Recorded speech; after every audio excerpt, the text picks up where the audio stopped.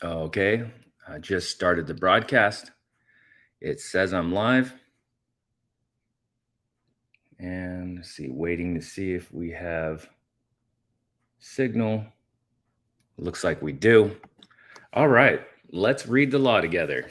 Continuing on with our reading of the book of Deuteronomy, chapter 18. Deuteronomy 18 and 1. The priests, the Levites, and all the tribe of Levi shall have no part nor inheritance with Israel. They shall eat the offerings of the Lord made by fire and his inheritance. Therefore shall they have no inheritance among their brethren. The Lord is their inheritance, as he hath said unto them. Okay, so basically, when the Israelites came out of Egypt and into the wilderness, came out of the wilderness into the land of Canaan, God gave each of the tribes of Israel their own inheritance, their own land that they would settle, that they could call theirs as part of the covenant that they had made with Yahweh. That is to keep Yahweh's law, and Yahweh would give them an inheritance, a land for them and their children. Right, but the Levites, although they had districts and they could basically choose wherever they wanted to live, that wasn't their portion, their inheritance, something that they're able to give children, as this line in Deuteronomy says that, therefore shall they have no inheritance among their brethren. The Lord is their inheritance. In other words, the ministry of the Lord, his law, and the ministry of the dissemination of the law would be the inheritance of the Israelites. So, I'm sorry, of the Levites and the priests. Moving on, verse 3. And this shall be the priest's due from the people, from them that offer sacrifice, whether it be ox or sheep. And they shall give unto the priest the shoulder and the two cheeks and the maw. Okay, so the priests receive offerings from the people, right, as listed in the covenant with Yahweh. And so whether it be from ox or sheep, right, these are the parts that are listed that are to be given unto those taking in that sacrifice, the Levites. Okay, and it says the shoulder, which is pretty common, the two cheeks, which would have to do with the head, and then the maw, which is the stomach or lining of the stomach. And so the shoulder you'll find pretty commonly in a grocery store, but less common are going to be the cheeks and the maw. Although if you do go to, say, like some different Mexican markets, they will have what's called cabeza, which means head. And you can see that they'll have the head there, and they don't just use the cheeks, they'll use the tongue as well. And then also maw, which is the stomach, which if you go to like a Mexican restaurant, typically on the weekends, they'll have a breakfast item. It's called menudo, and it's made with tripe, which is the stomach lining of a cow. And it's actually pretty good. So I suggested if you want to try out, and see what maw actually tastes like, it's actually kind of a kind of a good experience, I think, to try it out. And you can have menudo, and you could say you had maw, but it's made with other things like hominy, which is kind of like an oversized kind of corn type of kernel. But anyway, it's pretty good. You can give it a shot if you like. Moving on, Deuteronomy 18 and 4. The first fruit also of thy corn, of thy wine, and of thine oil, and the first of the fleece of thy sheep shall thou give him. Okay, so this is talking about the feast of the first fruits. So basically, when you have a harvest, right, the children of Israel are to gather the first fruits, those first things that come to harvest. And before that, they're allowed to even eat of it, to do anything with it.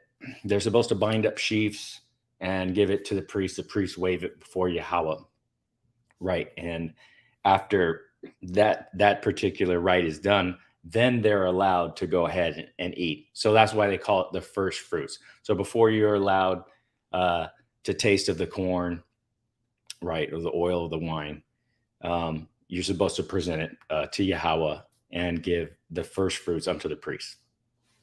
Okay, moving on. Deuteronomy 18:5. For the Lord thy God hath chosen him, speaking of the Levites, out of all thy tribes, to stand to minister in the name of the Lord, him and his sons forever. So you can see that the office of the priests and Levites, it's hereditary.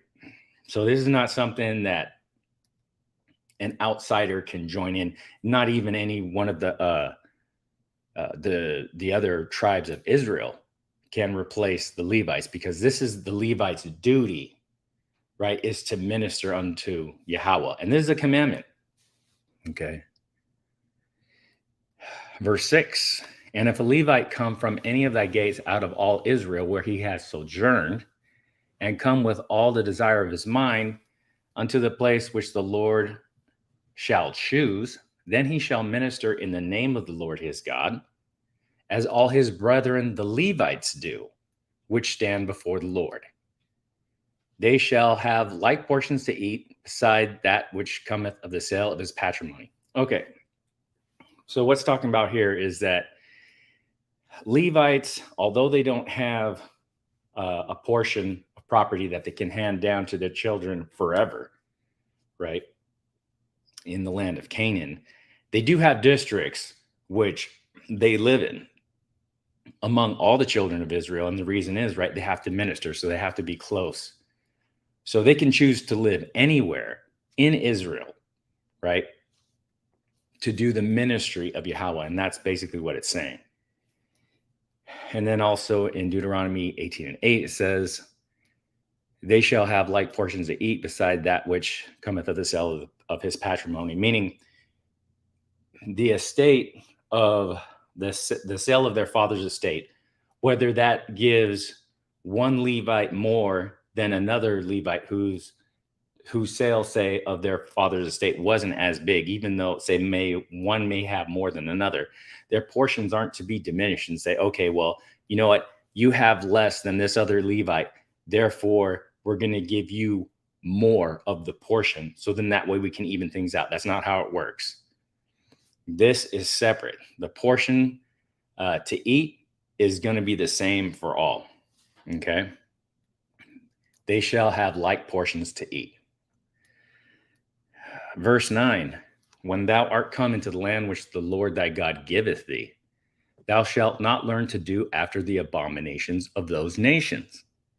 All right, so the Canaanites were being kicked out of Canaan because of their many plethora of sins, right? Because of their wickedness, their occult practice. And it tells you, you know, when you go into this area, don't do after what these people have done, right? Because you're dispossessing them of their land.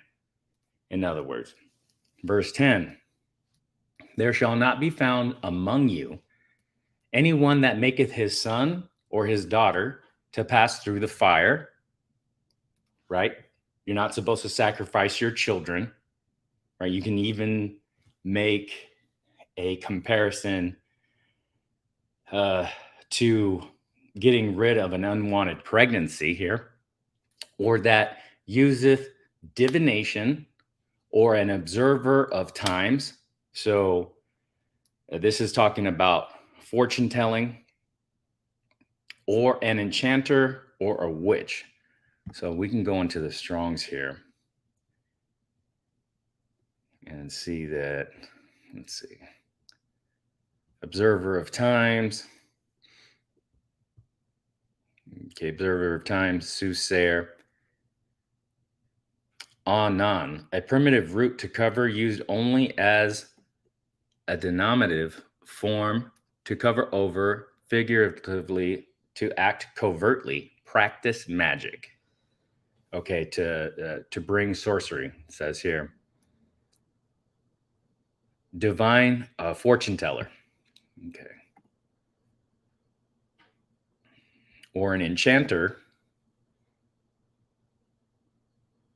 Okay, to divine enchantment, to learn by experience, practice fortune telling, to observe omens, and it says a witch here, which is kesap, to practice witchcraft or sorcery, to practice magic, to whisper a spell. So those occult practices which involve chanting mantras or casting spells, these are all an abomination.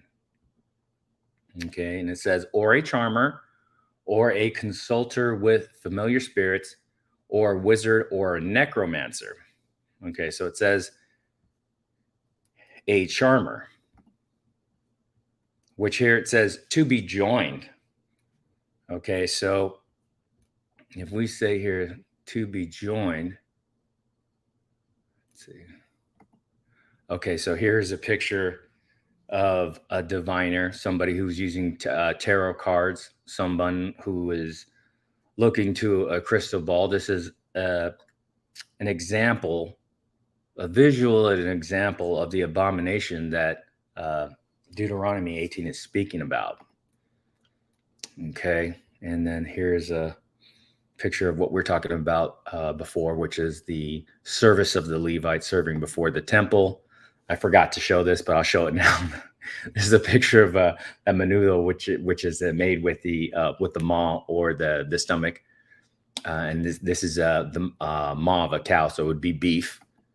Okay, it's a picture of the Israelites sacrificing the animal, and just a picture of the the Levites doing the service of Yahweh.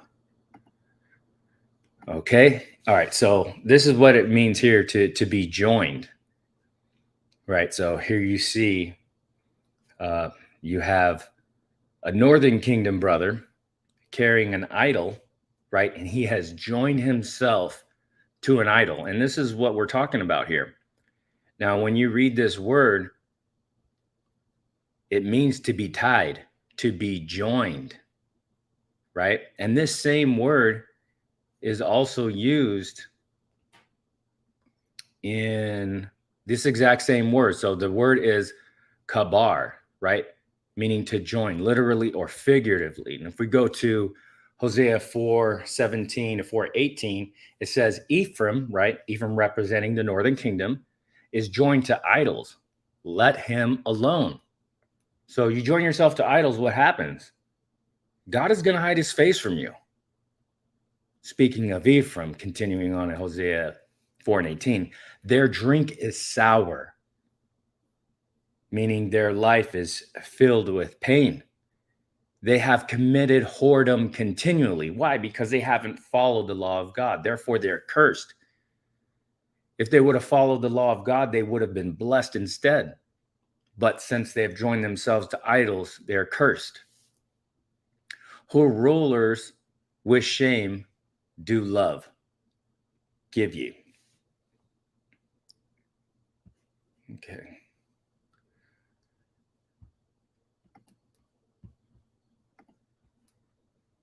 Okay. So that is here when it says to a charmer to be joined. Or a consulter with familiar spirits. Now, this is somebody who would be considered a medium, a spiritist, right? Or a wizard. A wizard in this case means somebody who, believe this means somebody who is possessed with a demon or lets a familiar spirit enter into them. Let's take a look at this. Yeah, a knower, one who has a familiar spirit, soothsayer, necromancer. Okay, and necromancer, right, is somebody who gets answers from the dead, meaning somebody who consults with their ancestors. And you see this a lot, ancestor worship in Africa as part of the culture over there, in a general sense, of course. Let's see here. Continuing on, Deuteronomy 18 and 12. For all that do these things are an abomination unto the Lord. And because of these abominations, the Lord thy God doth drive them out from before thee. Right? Again, the people that were being displaced here, the Canaanites who were being dispossessed by the incoming Israelites, it tells you the reason why. It says, for all that do these things are an abomination unto the Lord, unto Yahweh. And because of these abominations, right, because of all these occult practices, the Lord thy God doth drive them out before thee. So it tells you why. Thou shalt be perfect with the Lord thy God, meaning this is part of the contract. Execute the law perfectly. You know, doing the law or practicing the law, nobody's going to get it right the first time. This is something that, right, we're coming out of Babylon here. We're coming from a land of influence, right, that from a people that don't regard the law of Yahweh. So we have to learn to do his law. So that's why this series is so important, because we need to take a look at the law, because without the law of Yahweh, we are lost. Right? Because the law of Yahweh is a light. And it shows us the way that we should go in the midst of darkness.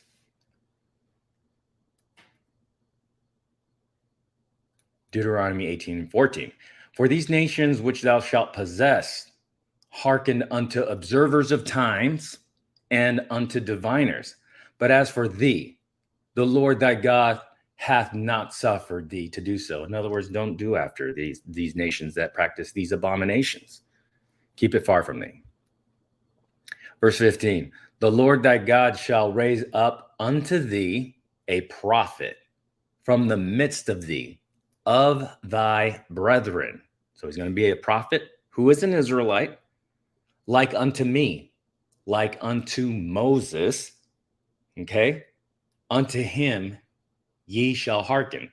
So Moses is given a prophecy here saying, just as Moses has led the Israelites out of captivity and into the land of Israel, although he wasn't able to go on himself, there's going to be another prophet. And what do you think that prophet's going to do if he's like unto Moses?